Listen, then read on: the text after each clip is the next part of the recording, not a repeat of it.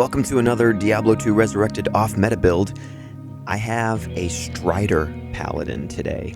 The reason I call it Strider is because that's the name Aragorn has in Lord of the Rings. It's something that people call him in the Lord of the Rings universe. Around here, he's known as Strider. Strider. It's a name and a reputation that he has as a ranger.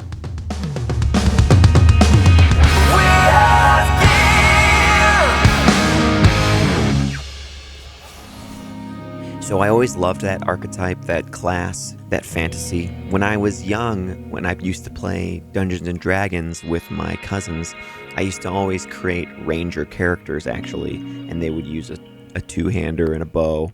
I would name the character Emreiz.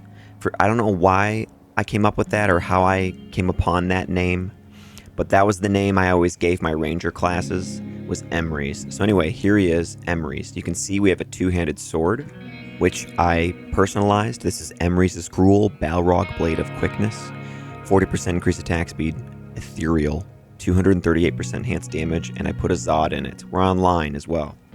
And then on swap for the bow, we have Emreiz's Widowmaker. This rolled 2% off perfect for the enhanced damage, and it did roll perfect on the level 5 guided arrow. And I socketed it with a low rune so that we have 53% deadly strike. That does give us 101% deadly strike with our bow. We'll go over the rest of the gear after the combat montage, but just so you know, I'm prioritizing physical damage.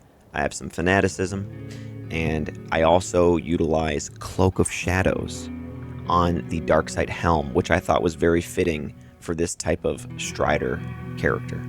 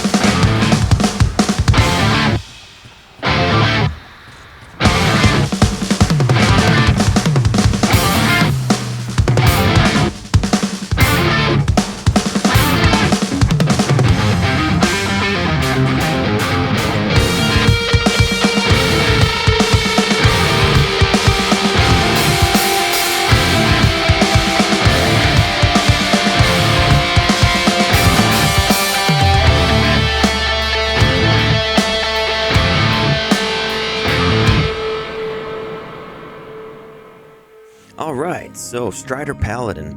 The music, by the way, was performed by me, and it was based on the Strider theme from Lord of the Rings. So I listened to that piece of music, and then just sat with my guitar and started to figure out what kind of chords and melodies were in that piece, and then that's how I wrote that song. So I actually did transpose the Strider theme, kind of a rock prog style guitar piece. So I hope you enjoyed that. So let's get on with Emreiz here.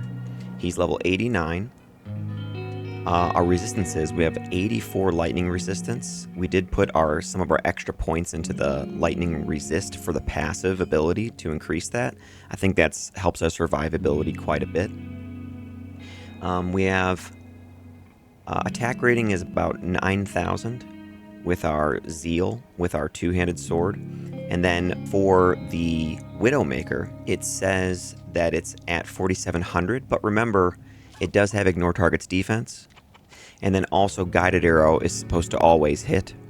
I say supposed to because sometimes it doesn't. And it does fire level 11 magic arrows, which has 100% bonus to attack rating. And it converts 25% of your damage to magic damage.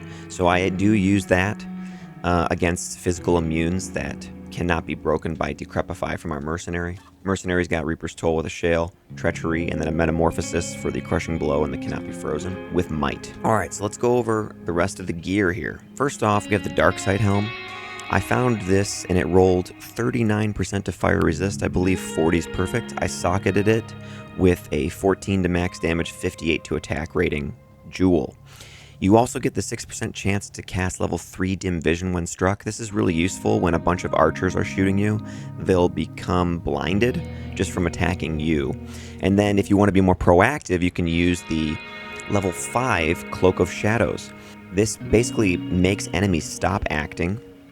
It reduces their defense by 27%. It increases your defense by 22% and has a range of 20 yards. This is very useful, actually. Way more useful than you might think. Additionally, there's Mana Steal on this, which is very useful. Cannot be frozen, so I don't have to use Ravenfrost. That's cool. In keeping with this kind of Strider theme, like hidden in the shadows, I have Natalia's Shadow. This looks really cool to me. This armor is black, and so look at the Paladin, dude. Look at how sweet he looks with the black shoulder pads and all the black gear, you know? I think that just looks really amazing. Looks quite cool with our bow out, too. This is nice. It's got 3 sockets. Life based on character level. Poison length reduced by 75% is a lot better than you might think as well. It also has 25 poison res, and then the jewels I put in there have damage taken goes to mana. It has lightning resist 27%. And then 17 to 24 flat damage, kind of like War Travelers. High Lords for the attack speed, the Deadly Strike, Lightning Resist, the 1 to all skills, very nice. For rings, I have some of my best rings that I have found online, you know, and I've made and crafted. This one is a very nice one for melee attackers. 101 to attack rating, 8% lifesteal, 6 strength, 20 lightning resist, 9 poison resist, and poison length reduced 25%. That pairs really nice with the Natalia's Shadow, so we have 100% poison length reduced. And then this is my order turn crafted ring. You may have seen this on some of my other builds. 103 attack rating, 11% lifesteal, 1 strength, 12 life, 15 poison resist, damage reduced by 2. Sweet. A razor tail so that we can get some pierce when we shoot our magic arrow from the Widowmaker. You cannot pierce with guided arrow, but also we get 15 dexterity and we get 10 max damage. So that does help our attack rating and our damage as well. These are some of the best blood gloves I've ever crafted. I crafted these, I believe, on one of the ladders. 20% increased attack speed, 3% life stolen, 9% chance of crushing blow, 16 to life, 27 lightning resist, 22 fire resist. Those are really good. And then we have Gore Riders for all of the attack mods that come with that. I also did personalize the Widowmaker, so that is Emreiz's Widowmaker with a low rune in it. And then we have, as our two-hander, we have Emreiz's Cruel Balrog Blade of Quickness. Unfortunately, only received 1 socket at Larzik. Really would have liked to use that other socket to put a either a low rune or even a jaw rune for ignore target's defense, or even an eth rune, you know, or maybe just some really nice rare jewel with lots of different mods on it. But it only got one socket, so I decided to use a Zod on it just because it's kind of cool. This is like my own personal little Excalibur in the game. We have very nice charms. 8 max damage, 67 attack rating, 40 life. 9 max damage, 60 attack rating, 31 life. 10 max damage, 61 attack rating. 8 max damage, 50 attack rating, 23 life. 3 max damage, 15 all res. Really sweet on that. 10 max damage, 64 attack rating. This is 2 max damage, 16 with 12 life for a small charm. This is a really nice find. 8 max damage, 46 attack rating, large charm. We got the Torch, 1411 Paladin. An Annie, a 1927, very nice.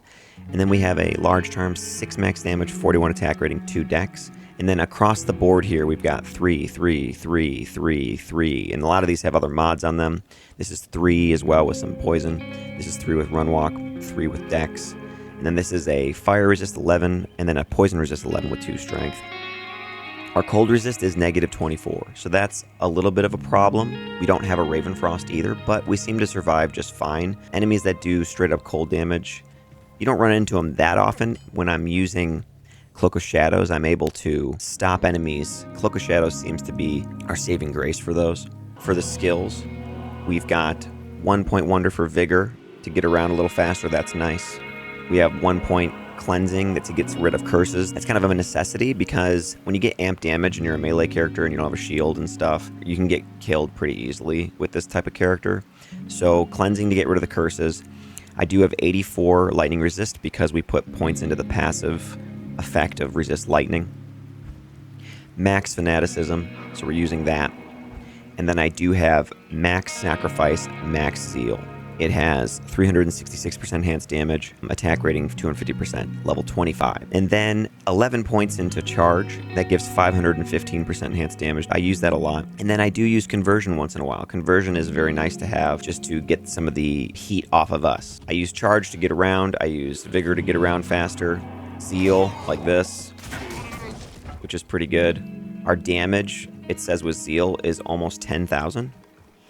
And remember, we have lots of Deadly Strike.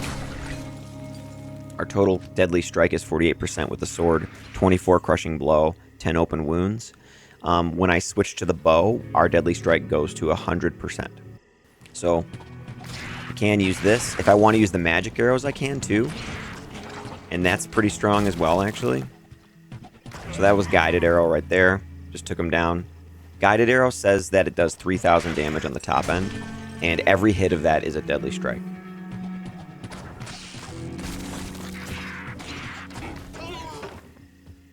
So I really like this gameplay style. I like that I get to use a bunch of different skills and weapon swap depending on the scenario. I think that's great. I really like builds like that. Also, on that note, it's another reason why I'm very excited for Path of Exile 2. The game is built around that philosophy. And that is one of the ways I really enjoy playing D2. So, Path of Exile 2 is going to be awesome. Can't wait for it. Anyway, you can see I'm zealing, doing fine. And you saw in the combat montage, I went to the most difficult areas. I killed all of the bosses and did quite well.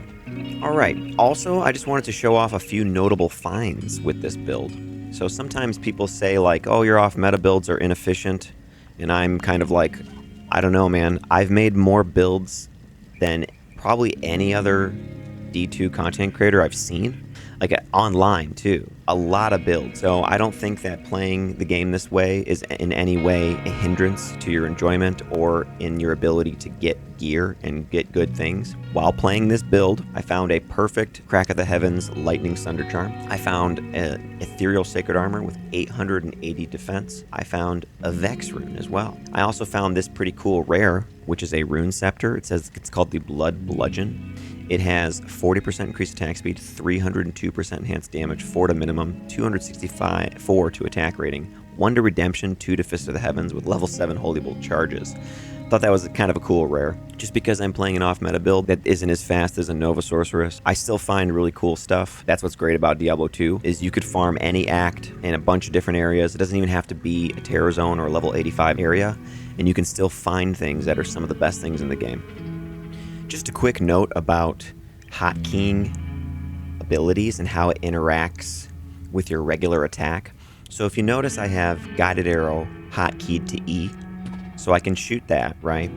But I have zeal hotkeyed to D, so when I'm using this, you know, I'll automatically zeal, and he moves when you do that, right? So even with the bow out, he moves when you do that. For charge, though, I have hotkeyed to F, and watch, if I hit F with charge, since I can't charge with a bow, he just fires it as if I'm hitting shift and click at the same time. If I wanted to fire the magic arrows while stationary like this, I can actually use charge